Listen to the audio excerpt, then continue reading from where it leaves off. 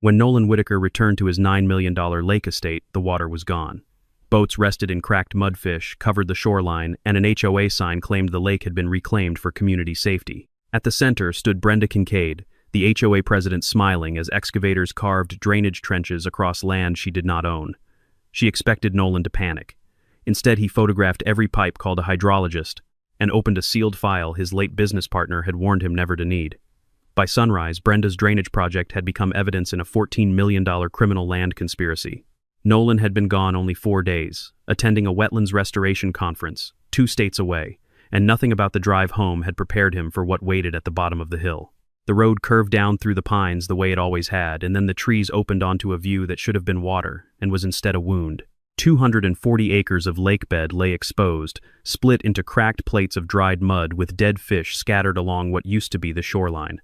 The dock his late partner had built with his own hands now sat tilted and useless on bare earth, and 2 boats worth more than most houses leaned sideways in the muck like broken toys.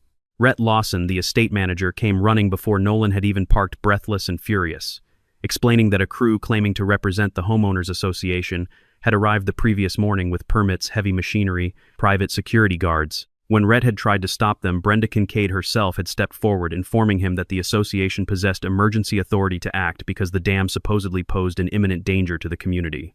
Nolan listened without interrupting, watching a final stream of water disappear into an industrial pipe system that had clearly not been installed overnight, and something in his stomach told him this was not an emergency at all.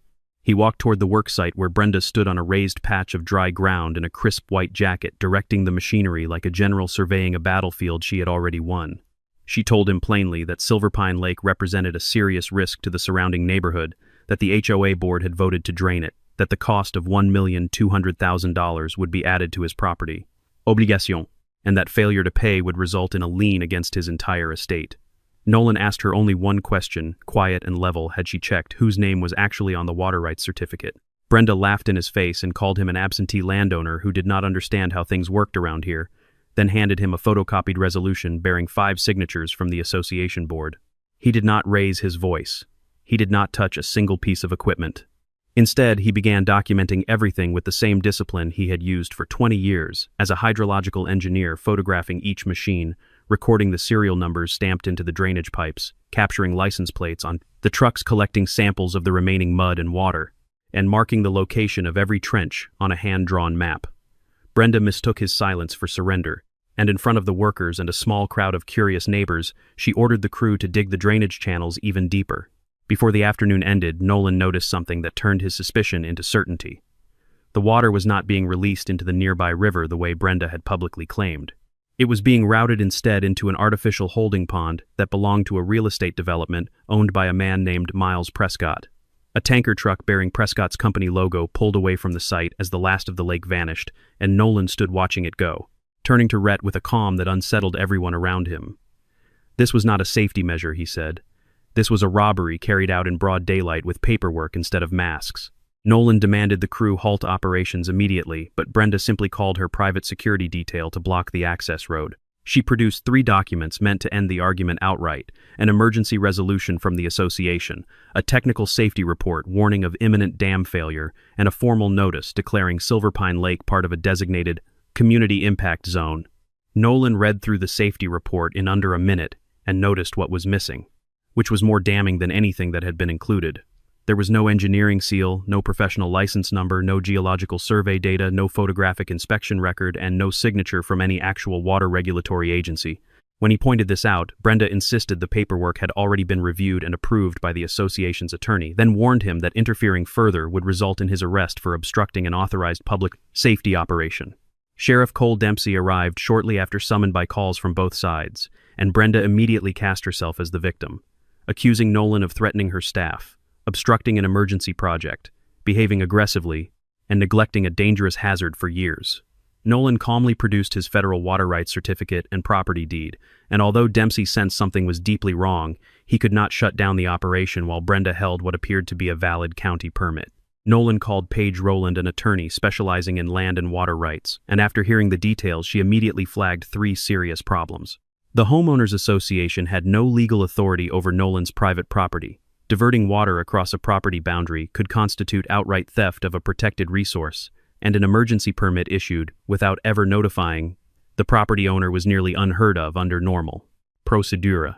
Page warned Nolan against any physical confrontation or destruction of equipment, explaining that they needed Brenda to keep acting recklessly in order to prove intent later in front of a judge who would not be swayed by wounded pride.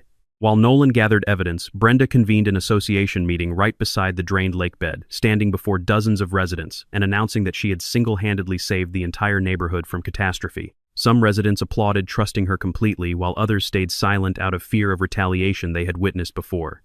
In front of the crowd, Brenda handed Nolan an invoice for $1,200,000 and gave him 72 hours to pay it, then revealed her next move, openly announcing that the association intended to purchase the dried lake bed itself for $600,000 and convert it into a public community park. Nolan finally understood the true shape of the scheme. Brenda was not simply draining a lake out of malice or misplaced authority. She was engineering the collapse of a $9 million estate's value, planning to use a fabricated debt to force a foreclosure and seize the land at a fraction of what it was worth. That night, he remembered a warning his late business partner Everett Langford had given him years earlier, when Everett suspected certain local developers were quietly maneuvering to gain control of the region's water resources. Everett had left behind a sealed box of documents with strict instructions that it should only be opened if someone ever tried to alter the structure of the lake itself. Nolan opened the safe beneath the library that night, and inside found a set of old survey maps, water rights documentation, dating back to 1912, and a sealed envelope marked simply, in case Crestwood ever comes for the lake. Rhett stood in the doorway watching Nolan's hands move carefully through the brittle paper, and he asked quietly why a man like Everett would have gone through the trouble of preparing for a threat that had not even existed yet when he was alive. Nolan explained that Everett had spent the better part of 2 decades studying how small, quiet institutions like homeowners associations could be twisted into instruments of control when the right combination of greed and apathy lined up. Everett had always believed that the people most likely to lose everything were the ones who assumed paperwork alone would protect them, and so he had built a second layer of protection that no one but Nolan would ever know existed until it was needed. That night, Page stayed late at the estate, spreading survey maps across the long table in the library, while Nolan read through decades of correspondence between Everett and various state agencies. What emerged was not the story of a stubborn landowner refusing to cooperate with his neighbors, but the story of a man who had recognized a pattern of predatory behavior years before anyone else took it seriously, and who had quietly built a case that no county office had ever been willing to pursue on its own. The following morning, Nolan, Page, and Rhett spread the contents of Everett's box across the library table and began to understand just how deep the history ran. Silverpine Lake was never an ordinary private lake. It sat inside a protected hydrological system that included water rights predating the Homeowners Association entirely, a conservation agreement with the state, a designated migratory bird corridor, a binding contract requiring a minimum water level, and an explicit clause forbidding any diversion of the water toward commercial development. Anyone who drained it without the consent of both the owner and the environmental authorities could face civil penalties and criminal charges alike, a fact Everett had clearly understood long before Nolan ever did. More striking still, Everett had compiled an entire file on Miles Prescott.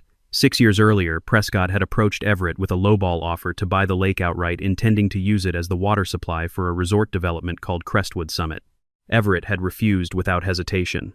Not long after that refusal, Brenda Kincaid rose to become president of the Homeowners Association and began a slow campaign of harassment that Nolan now recognized as calculated rather than incidental false violation notices, complaints about mosquitoes breeding near the water, claims that the lake was flooding nearby roads, demands for control over the dock, and repeated requests for what she called community access to the water supply. Page uncovered a letter Everett had once sent to the county warning officials that Brenda and Miles might be attempting to legally manufacture a claim of authority over the lake. That complaint had apparently never been investigated. Nolan brought in Dr.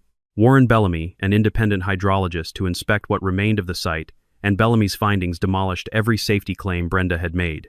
The dam was structurally sound, showed no dangerous cracking, and posed no realistic risk of failure, while the rapid draining itself had devastated the surrounding ecosystem and left trenches that could prevent the lake from ever refilling naturally.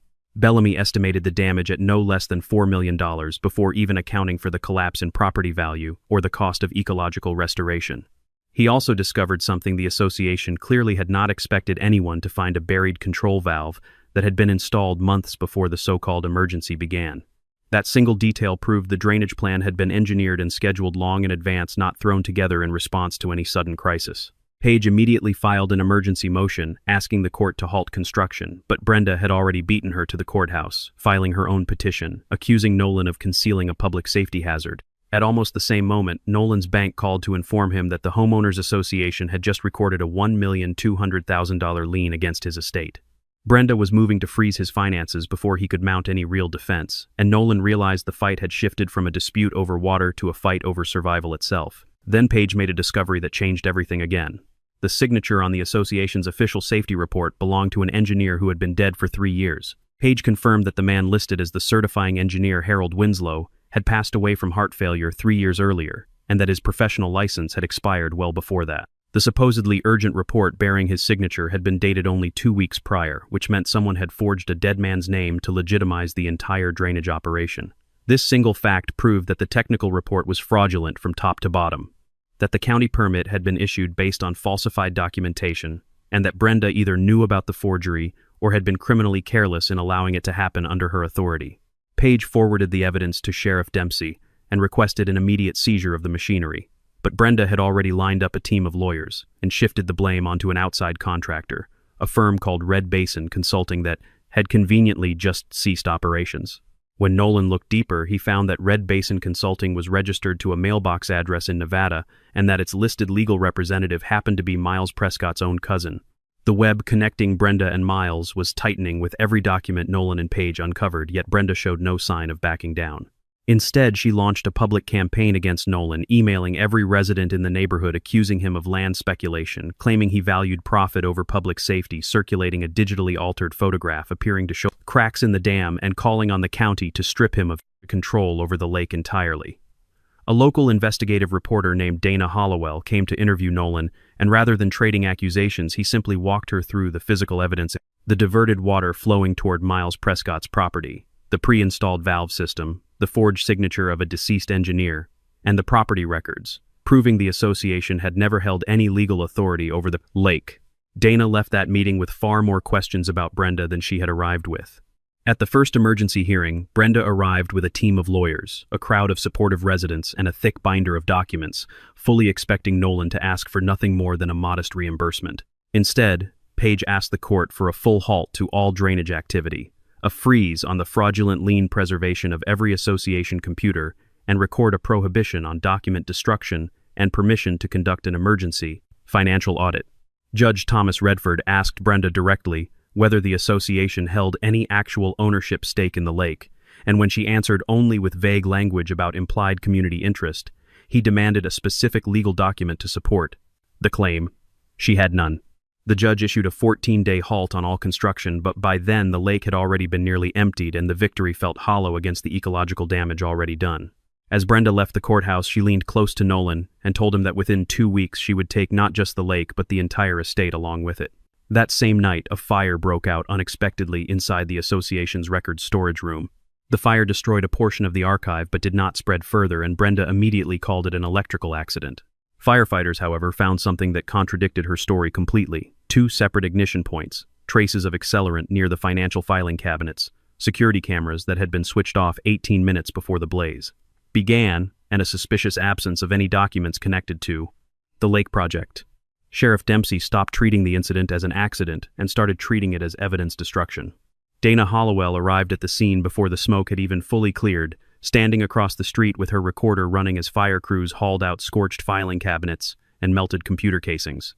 She noticed something the official statements never mentioned, which was that the fire had started in the one room of the building that housed nothing but financial ledgers, while the far more flammable archive of old newsletters and event photographs sat completely untouched. When she asked Brenda directly about the discrepancy at a hastily arranged press briefing, Brenda dismissed the question as irrelevant and insisted that any fire investigator would confirm the blaze had spread randomly the way electrical fires always did.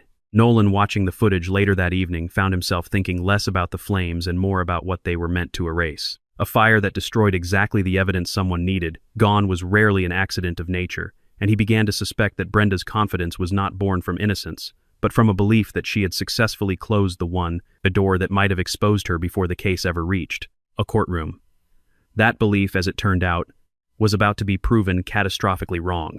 The next morning, Lydia Harcourt, the association's treasurer of nearly 4 years, reached out secretly to Page. Lydia had grown increasingly alarmed by how Brenda was handling the organization's finances and agreed to meet Nolan at a gas station outside town, afraid of being watched closer to home. What she revealed cracked the entire conspiracy wide open.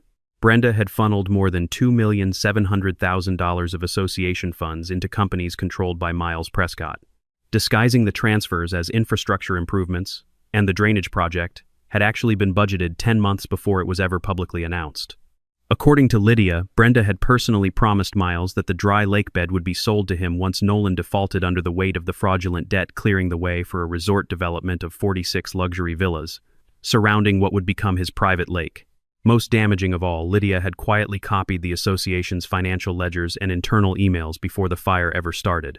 One email in particular, written by Brenda herself, left no room for interpretation. Once the lake disappears, Whitaker will no longer own an asset worth $9 million, and we can acquire the remainder as worthless dry land. That single message proved deliberate intent to destroy Nolan's property value, and Lydia added one more revelation that stunned everyone in the room. The association's own headquarters building did not actually belong to the homeowners association at all. Brenda had used resident dues to purchase it years earlier, then quietly transferred ownership to a private company she controlled called Kincaid Civic Holdings, after which she leased the very same building back to the association at nearly triple the fair market rate, personally profiting from every dollar residents paid in fees. Nolan realized the headquarters building was the true center of the entire operation, the place where the falsified reports had been created, where the diverted funds had been processed, where the servers and cameras were housed, and where Brenda quietly collected rent from the very people she claimed to serve. Page forwarded everything to the court and requested a formal search warrant, and Brenda responded by suspending Lydia, accusing her of embezzlement and threatening a lawsuit. In the same breath, she called an emergency vote to raise association fees by 40%, claiming the money was needed to fund her mounting legal defense. The community began to splinter as more residents recognized that they too had been quietly victimized for years. Dana published her first investigative article under a headline that spread quickly across the region, describing how a homeowners association had drained a private lake using a dead engineer's forged signature. The story forced open questions the community had avoided for far too long. And the pressure on Brenda only intensified when the records Lydia had handed over revealed one more chilling detail. 3 weeks before the fire, Brenda had purchased a $5 million insurance policy on the very headquarters building that later burned. With a forensic accounting team now involved, Nolan and Page began totaling the true scale of the damage. The figures were staggering. Once fully assembled, $4 million to restore the lake's ecosystem, $2,100,000 to rebuild the shoreline and water retention systems, $1,400,000 in losses to wildlife vegetation and the surrounding SEF habitat, $3,200,000 in lost property value for the estate itself, $1,200,000 tied to the fraudulent lien, and $900,000 in anticipated engineering and legal costs, before even adding punitive damages for deliberate misconduct. Altogether, the claim now exceeded $14 million. Dr. Bellamy determined that the stolen water had saved Miles Prescott's development close to $800,000 in water acquisition costs it would otherwise have needed to pay. Draining the lake had also exposed an old pipeline running beneath the former lakebed connecting directly to Prescott's land, installed the previous year under the guise of routine drainage maintenance. Using satellite imagery equipment purchase records and GPS tracking data pulled from the excavators themselves, Nolan proved conclusively that the association had been planning this operation for months, not responding to any sudden emergency at all. Sheriff Dempsey finally executed a search warrant on the association headquarters only to discover the main server had vanished. Brenda insisted it had been destroyed in the fire, but a technician confirmed the server had actually been physically removed from the building hours before the flames ever started. Investigators then searched a storage facility belonging to Miles Prescott and found the missing server, a forged county seal sample engineering signatures used for forgery, subdivision maps for the lakebed, a land purchase contract pre-signed by Brenda, and a list identifying other properties the association intended to target next, using the exact same scheme. Miles immediately tried to shift blame onto Brenda, while Brenda insisted Miles had deceived her, and the alliance that had powered the entire conspiracy began collapsing from within. At the next hearing, Page presented the emails, financial records, and maps in careful sequence, while Brenda continued insisting the drainage had been carried out purely for public safety. Nolan took the stand as an expert witness in his own defense, explaining that the water level had remained stable for more than 80 years, that the dam contained multiple redundant safety layers, that nothing indicated any emergency whatsoever, and that the rapid draining itself had weakened the surrounding soil, creating exactly the danger Brenda claimed to be preventing. When Judge Redford asked why the diverted water had ended up inside Miles Prescott's development, Brenda offered only a vague explanation about convenient drainage routing.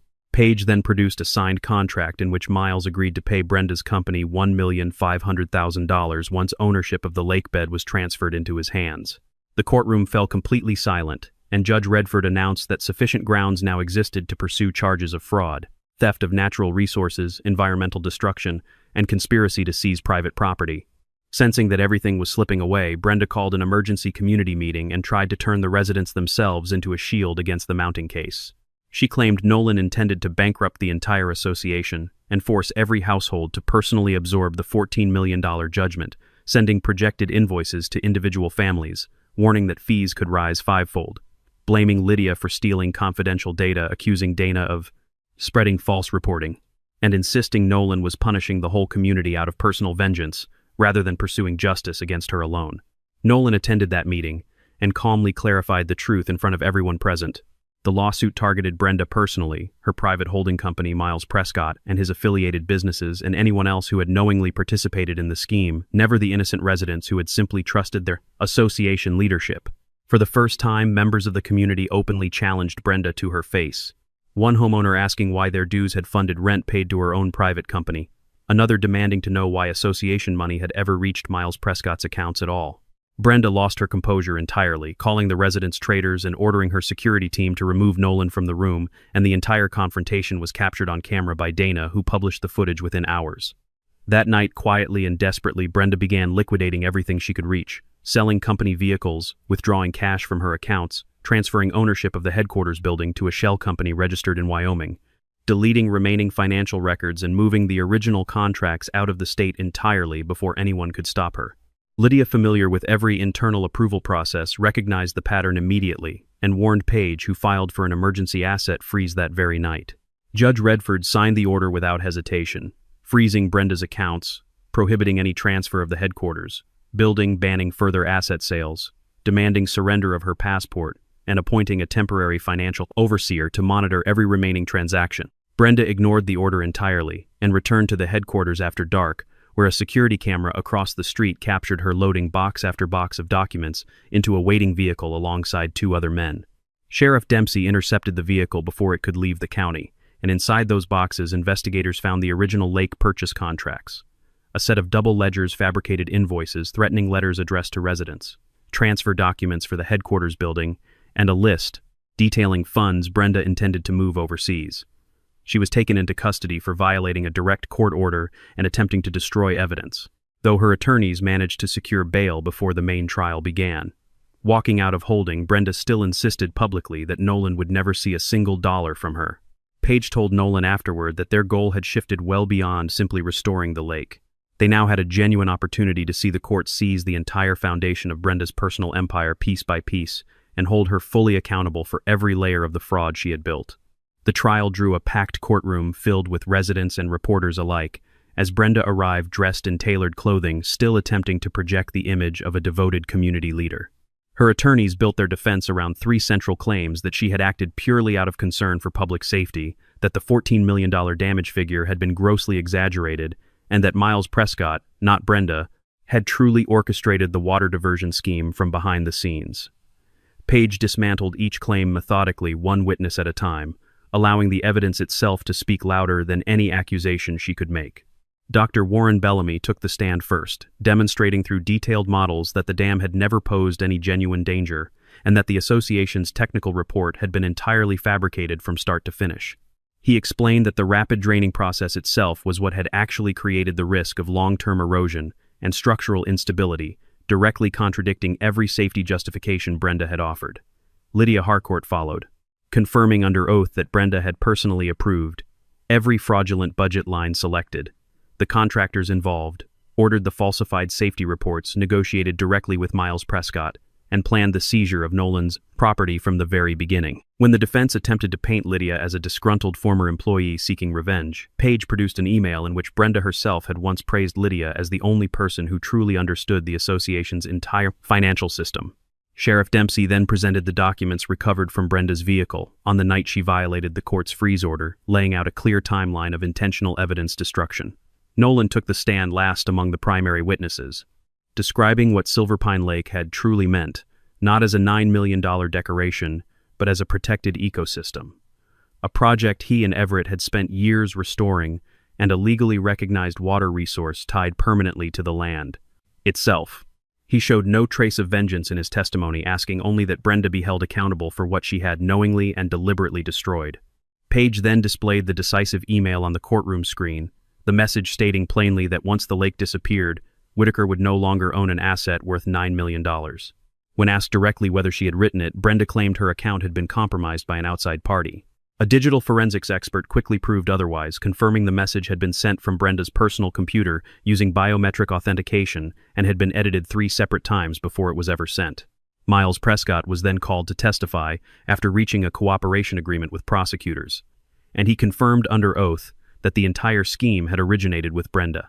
According to Miles, she had wanted ownership of the shoreline property, had demanded $1,500,000 for her role, had promised to use the association to manufacture a fraudulent debt against Nolan, and had been fully confident he would simply sell the land rather than pursue a costly legal battle. Brenda rose from her seat in fury, calling Miles a liar in front of the entire courtroom, and Judge Redford issued his final warning before Page introduced one last piece of evidence, a recorded conversation in which Brenda boasted that no judge would ever dare take the headquarters building out of her hands. During closing arguments, Brenda's attorney made one final attempt to soften the picture the evidence had painted, arguing that his client was a flawed but ultimately well-meaning community leader who had simply made a series of poor judgment calls under pressure. Page countered by walking the jury and the judge back through the timeline one more time, reminding them that a person who genuinely believed she was protecting her neighbors would not have needed a forged signature, a buried valve installed months in advance, a secret payment contract, or a fire that conveniently destroyed the very records that proved her intent. Poor judgment did not explain away a paper trail built with that much precision. Residents who had once trusted Brenda without question sat in the gallery through every session, many of them stunned to learn how long they had been paying inflated fees into a system designed to enrich one woman rather than protect the prior community she claimed to serve. Some wept quietly when Lydia described the years she had spent trying to raise concerns internally, only to be dismissed or quietly sidelined each time. By the time both sides rested their case, it was clear to nearly everyone in the room which version of events the evidence actually supported. After reviewing every piece of testimony and documentation, Judge Thomas Redford delivered his verdict before a courtroom packed beyond capacity.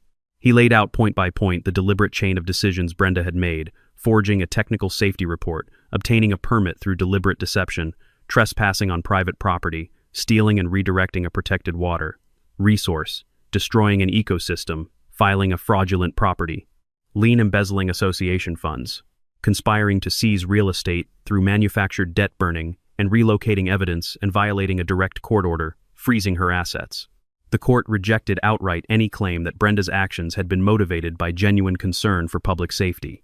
Judge Redford emphasized that the authority of a homeowners association exists only within strict legal boundaries, and that no association president has the right to act as law enforcement, as a certified engineer, as an environmental boundaries regulator, or as the de facto owner of someone else's land.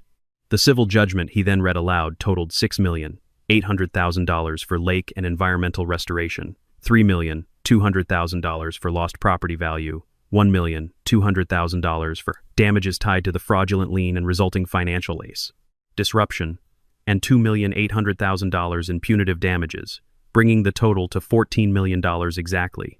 Brenda sat frozen in her seat as her attorney immediately argued that his client lacked the funds to satisfy such a judgment. Page responded that Brenda had spent years hiding assets across multiple private companies, including Kincaid Civic Holdings, the entity that technically owned the association's entire headquarters building.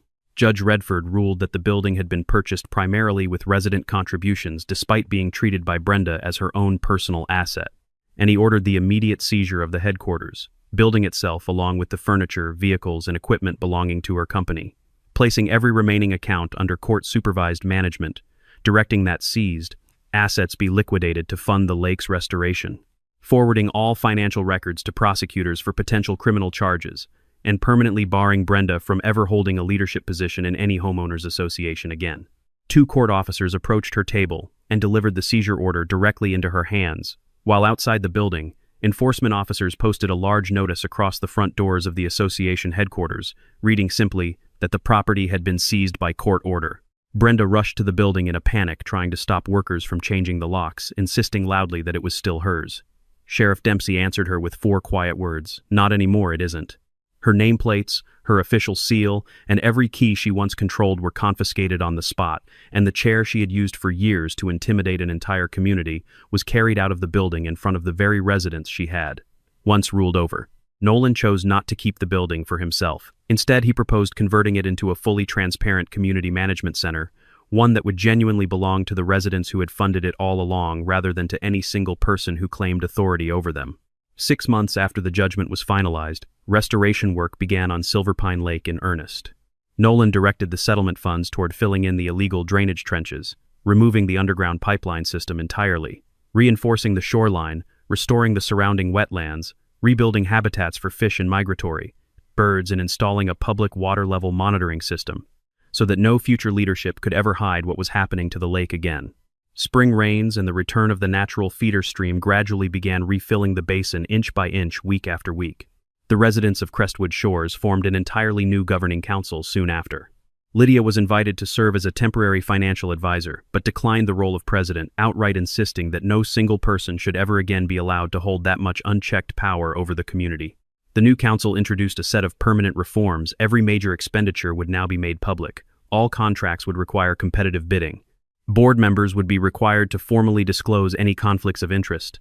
No individual could hold personal ownership of any property purchased with association funds. And residents were granted a standing right to review the books, whenever they chose.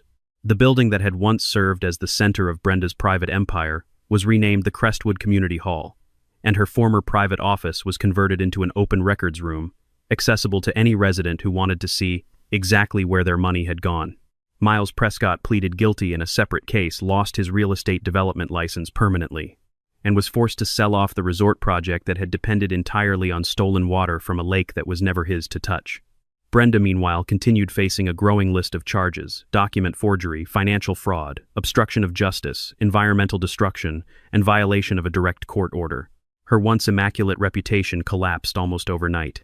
Neighbors who had once deferred to her at every meeting now crossed the street to avoid speaking with her, and the local newspaper that had previously printed her quotes, without question, now ran a running series documenting each new charge. As it was filed, former allies on the old board quietly distanced themselves, several of them cooperating with investigators in exchange for leniency, after admitting they had signed resolutions without ever reading what they authorized. The empire Brenda had spent 8 years constructing dissolved in a matter of months, piece by piece, until almost nothing remained of the authority she once wielded so freely.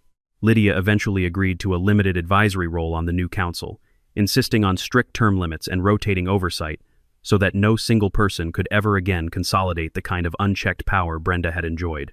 The council also established an independent grievance office, where residents could report concerns without fear of the retaliation that had silenced so many people during Brenda's tenure. Slowly, the community began to trust its own governance again, no longer treating association meetings as something to be endured, but as something they actually had a voice in. In one of her final broadcast segments on the story, Dana Hollowell stood in front of the refilling lake and explained that the case had become an important precedent, clearly defining the legal limits of what a homeowners association could not do to a private property owner. Nolan placed a small memorial marker along the shoreline in honor of Everett Langford, engraved with the warning his old partner had left behind years earlier. Ownership is only protected when someone remains calm enough to prove it belongs to them. A full year after the lake had first been drained, the water had returned to nearly its original level. Fish were reintroduced, vegetation crept back along the banks, and the boats that had once lain broken in the mud floated again on the surface. Rhett asked Nolan one evening whether he felt any satisfaction watching Brenda lose the entire building she had once used as her throne. Nolan answered honestly that he had never fought to take her building away from her at all. He had only fought to make sure she could never again use it to destroy what belonged to someone else. Standing on the dock at sunset, with the restored lake stretching quietly behind him and the lights of the renamed community hall glowing faintly in the distance, Nolan reflected on how completely Brenda's plan had backfired. She had believed that draining a $9 million lake would leave him with nothing. Instead, that single decision exposed an entire fraud network, freed an entire community from years of quiet control, cost her $14 million in court, ordered damages, and ended with the very building she had built her empire inside being torn from her hands by the law she had always assumed would never touch her. Brenda Kincaid had drained a $9 million lake to build her empire. But when the truth finally came flooding back, it swept away everything she had ever claimed to own.